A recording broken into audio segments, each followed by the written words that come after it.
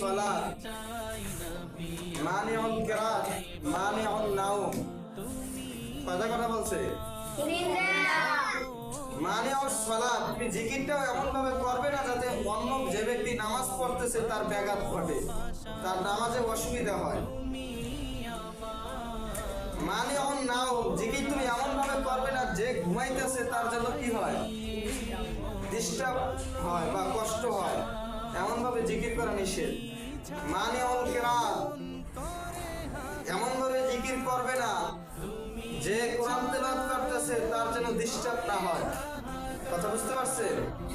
তো সেখানে জিকির বাদ দিয়া অন্য কথা বলা বেহুদা, দুনিয়াবি কথাবার্তা বলা নিষেধ করার পরও যদি বলে, সে কি কোনো পর্যায়ে করে?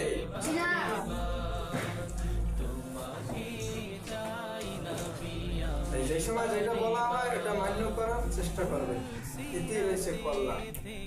পাশেতে আমার নিদান কালে আমি চাই যে দিদার, সিরাতে থেকো পাশেতে আমার নিদান কালে আমি চাই যে দিদার।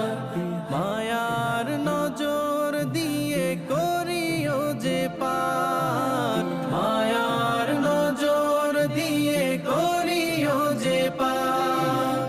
ডেকে নাও রোজাতে শুধু একবার, তোমাকে চাই নবী আমি বারে বার, তোমাকে চাই নবী আমি বারে বার। তুমি আমার সকল আশা, তোমায় নিয়ে মোর ভালোবাসা। তুমি আমার সকল আশা, তোমায় নিয়ে মোর ভালোবাসা।